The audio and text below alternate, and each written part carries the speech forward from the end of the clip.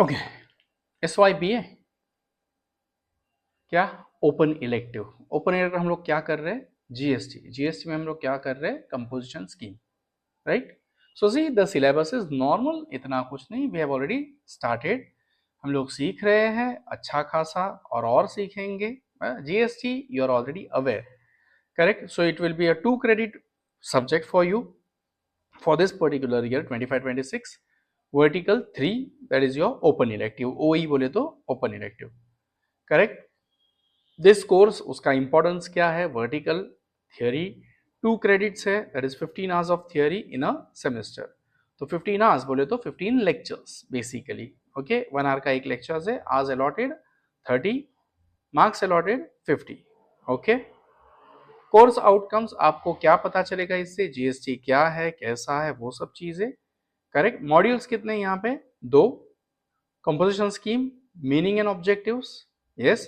Eligibility criteria, condition for opting the scheme in Maharashtra, benefits and limitations of composition scheme for local business, calculation of tax liability under the composition scheme, practical examples and case studies of business using composition scheme.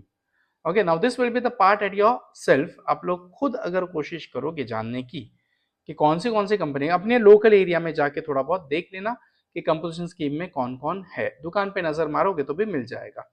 फिर returns file करते वक्त GST returns, need, importance and provisions, overview of GSTR 1, GSTR 3B, GSTR 9, understanding. इसके हम लोग format यहीं पे discuss कर लेंगे क्योंकि बोर्ड पे फॉर्मेट ड्रॉ करना प्रैक्टिकली उतना पॉसिबल नहीं है।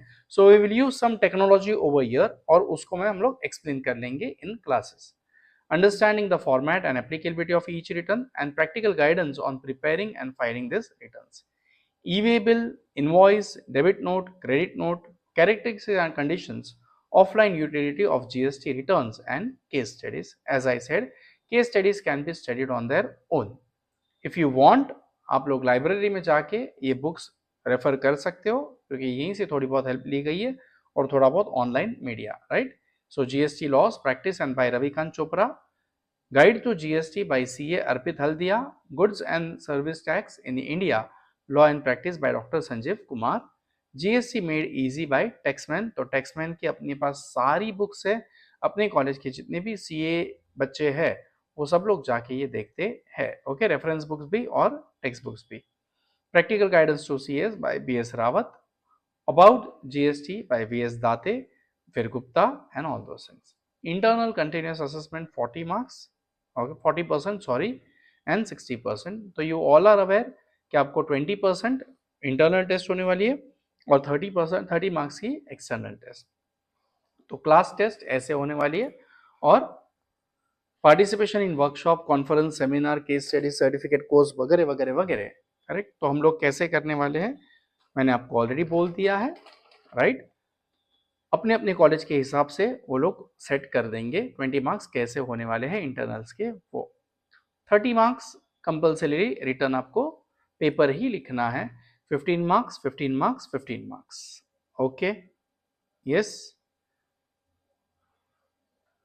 क्लियर?